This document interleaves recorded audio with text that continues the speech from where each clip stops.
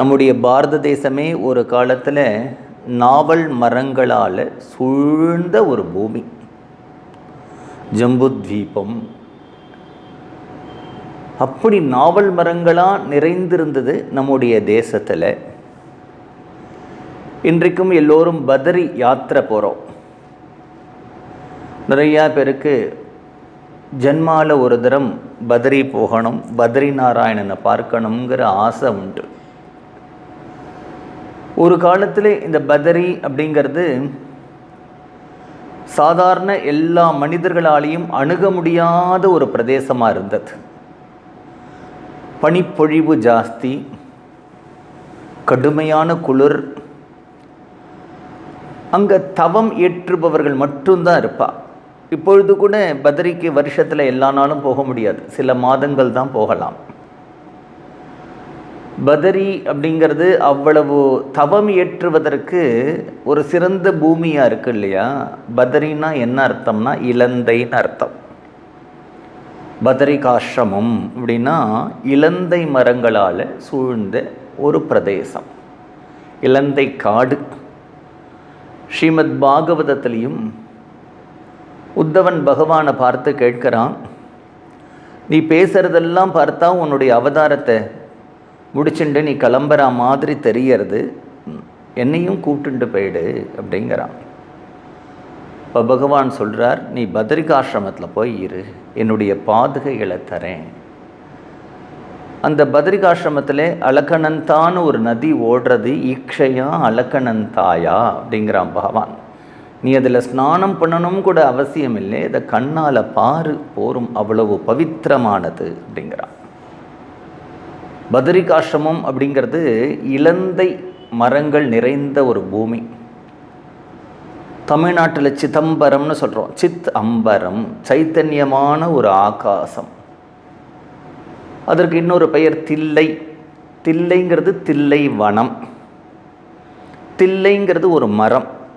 அந்த மரங்கள் நிறைந்த ஒரு காடாக அது இருந்ததுனால அதுக்கு தில்லை வனம்னு பேர். அங்கே தான் புலிக்கால் முனிவர் அப்படின்னு சொல்லக்கூடிய வியாக்ரபாதர் தபஸ் பண்ணினார். பரமேஸ்வரனை பார்க்கணும், பரமேஸ்வரனுடைய ஆனந்த தாண்டவத்தை பார்க்கணும்னு தபஸ் பண்ணினார். அதனால தான் அந்த தில்லைவனத்தில் பகவான் ஆனந்த தாண்டவம் ஆடி அவருக்கும் பதஞ்சலிக்கும் தரிசனம் கொடுத்தான். இன்றைக்கும் தமிழ்நாட்டில் தஞ்சாவூர் பக்கம் ஒரு கிராமத்துக்கு பேர் அரசவனங்காடு அப்படின்னு பேர். அரச வனம், நிறைய அரச மரங்கள் நிறைந்திருந்த ஒரு காடுன்னே அந்த கிராமத்துக்கு பேர் இருக்குது. இப்படி இந்தியா முழுக்க அங்கங்கங்க நிறைய மரங்கள் இல்லையா. அதே மாதிரி சீர்காழிக்கு பக்கத்தில் 11 திவ்ய தேசங்கள் இருக்குது. அதுக்கு நாங்கூர்னு பேர். நாங்கூர், நாகப்பட்டினம், நாகூர் இதெல்லாம் ஒரு காலத்தில் பாம்புனுடைய அரசர்கள் ஆண்ட ஒரு பூமி. அதனால தான் நாகூர், நாங்கூர், நாகப்பட்டினம் அப்படியே அந்த பிரதேசங்களுக்கெல்லாம் பெயர் வருது. 11 திவ்ய தேசம் இருக்கே நாங்கூர், அதெல்லாம் ஒரு காலத்தில் புரசை அப்படிங்கிற ஒரு மரங்களுடைய காடுகளாக இருந்ததாக சொல்லப்படுறது. புரச மரம் அப்படின்னு பேர். இந்த புரச மரமும் மாமரமும் அநேகமாக பக்கத்தில் பார்க்கலாம்.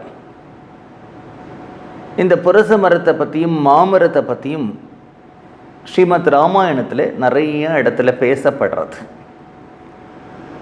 2 மரத்தையும் கவனித்து பார்க்கிறவர்களுக்கு ஒரு விஷயம் தெரியும்.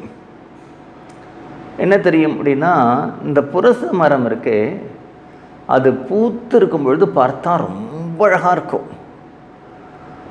அதனுடைய பூக்கள் ஒரு மாதிரி அழகான சிவப்பாக இருக்கும். மரங்கள் முழுக்க அந்த பூக்கள் குலுங்கி இருக்கும், பூத்து குலுங்கி இருக்கும். மரங்களில் கிளைகள் இருக்கிறதோ எதுவுமே தெரியாது. அவ்வளவு பூக்கள் பார்க்கறதுக்கு ரொம்ப ரம்யமாக இருக்கும். அதுவும் ஒரு நிறையா அந்த மாதிரி பலாச மரங்கள், புரசை மரங்கள் இருந்துடுத்துன்னா அதை சேர்ந்து பார்க்கறதுக்கு அவ்வளவு அழகாக இருக்கும். பக்கத்துலேயே மாமரங்கள் இருக்குது. மாமரங்களும் பூக்கும். மாமரங்களுடைய பூக்களை அநேகமாக நீங்கள் எல்லோரும் பார்த்துருப்பேன், நாமும் பார்த்துருக்கோம். அது இப்படி தொங்கும்போது பார்த்தா அது பூ இருக்கா இல்லையான்னு தெரியாது, ஏதோ இப்படி கொத்து கொத்து கொத்தாக தொங்கும். பார்த்தா ஏதோ சின்ன பூச்சி நிறைய முச்சுண்டா அப்படி இருக்கும். மாம்பூ பார்க்குறதுக்கு ஒன்றும் அவ்வளோ அழகாக இருக்காது. ஆனால் கொஞ்ச நாள் கழித்து இந்த பலாச மரம் இருக்கே, அந்த பூவினால் ஒரு பிரயோஜனமும் கிடையாது. அந்த பூ பார்க்கறதுக்கு அழகாக இருந்தது, அவ்வளவுதான். பார்க்கும்போது எப்படி இருக்க பற்றியா அழகாக இருந்தது. ஆனால் ஏதாவது பிரயோஜனம் உண்டோ அப்படின்னா பிரயோஜனம் இல்லை. மாம்பூ எப்படி இருந்ததுன்னா பார்க்கறதுக்கு யாருடைய கவனத்தையும் அதை அட்ராக்ட் பண்ணலை, பார்த்தா கூட ஒன்றும் பெருசாக தோணலை. ஏதோ அப்படி நிறையா பூச்சிகள் முச்சின்னு இருக்கிற மாதிரி இருந்தது. ஆனால் அது பிஞ்சு கட்டி மாங்காயாகி மாம்பழம் ஆகும் பொழுது அதனுடைய ஒரு வாசனையும் அப்படி இருக்குது. சாப்பிட்டாலும் அந்த பழம் அமிர்தமாக இருக்குது. பெரும்பாலும் மாம்பழம் பிடிக்கலேன்னு சொல்கிறவர்களே இருக்க மாட்டான். அதிலும் அவ்வளோ வெரைட்டி, அதில் பாதிரி பழம், சேலம் பழம், மல்கோவா அப்படிங்கிறது அவ்வளோ அழகாக இருக்குது. ஏன் இன்றைக்கு இந்த 2 மரங்களை பற்றி எடுத்துட்டேன் அப்படின்னா, இந்த சில பேர் பகவான் அடையிறதுக்காக தியானம் பண்ணுறேன் அப்படின்னு ஆரம்பிச்சுட்டு யாராவது நமக்கு ஃபோன் பண்ணினா, இப்போ என்ன சார் இப்போ தான் ஜபம் பண்ணிட்டு வரேன் அப்படின்னு சொல்லுவாள். இல்லை யாராவது பார்க்கும்போது தான் கையில் அப்படியே ஜபமாலையை வச்சு உருட்டுவா, அவள் பார்க்குறாளான்னு பார்ப்பா.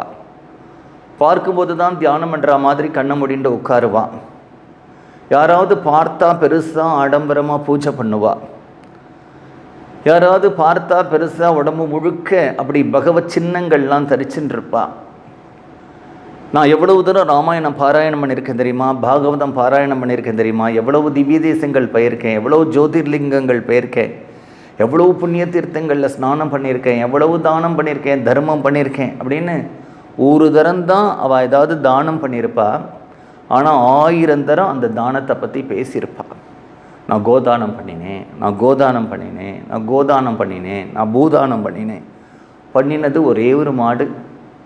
ஆனால் 1000 முறைகள் அதை பற்றி பேசியிருப்பாள். சந்தர்ப்பம் கிடைக்கும் போதெல்லாம் சிலர் என்ன பண்ணுவான்னா, அதுக்காகவே ஒருத்தர் கூட கூட்டுண்டே வருவாள். நான் என்ன பண்ணேன் சொல்லு சார், ரொம்ப பெரியவர், அவர் எவ்வளோ கோதானம் பண்ணியிருக்கார் தெரியுமா, அவர் ரொம்ப பெரியவர், எவ்வளவு அன்னதானம் பண்ணியிருக்கார் தெரியுமா அப்படிலாம் சொல்லுவான். அப்போ நாம் பொருத்தியார் பார்க்குற மாதிரி தட்டபுடலாம் பூஜை, தடபுடலா ஜபம், தடபுடலா தியானம் இதெல்லாம் பண்ணினா இது எப்படி இருக்குது அப்படின்னா, அந்த பலாச புரசைங்கிற மரம் பூக்கிறதே அது மாதிரி இருக்குது. பார்க்குறவாளுக்கு வேணா இவர் என்னடா இவ்வளவு ஜபம் பண்ணுறார், இவ்வளோ தியானம் பண்ணுறார், இவ்வளவு பாராயணம் பண்ணுறார் அப்படின்னு தோணுமே தவிர பலன் ஒன்றுமே ஏற்படாது.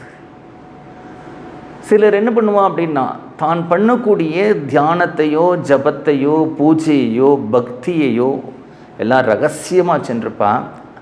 அவரை பார்த்தா நமக்கு ஒன்றுமே தெரியாது. அவ்வளோ ஜபம் பண்ணுறாரா, அவ்வளவு தியானம் பண்ணுறாரா, எவ்வளவு பூஜை பண்ணியிருக்கார், எவ்வளவு நல்ல காரியம் பண்ணியிருக்கார், ஒன்றும் தெரியாது. சிம்பிளாக இருப்பார். வெளியில் வரும்பொழுது தன்னுடைய பற்றி எதுவுமே சொல்லிக்க மாட்டார். எல்லாம் ரகசியத்தில் தான் பண்ணுவார். கதவை சாத்தின்ற தியானம், கதவை சாத்தின்ற ஜபம், அதுவும் ஒரு கவலைப்பட்டுட்டே பண்ணுவார். நம்ம பண்ணுறது யாருக்கும் தெரியக்கூடாது. நம்மளை யாருமே வெளியில் ஒரு பக்தன் அப்படிங்கிறதாக தெரிஞ்சுன்றக்கூடாது. நம்முடைய பக்திங்கிறது நமக்கும் பகவானுக்கும் மட்டும் தெரிஞ்சால் போதும் அப்படின்னு அவர் ரகசியமாகவே எல்லாம் பண்ணுவார்.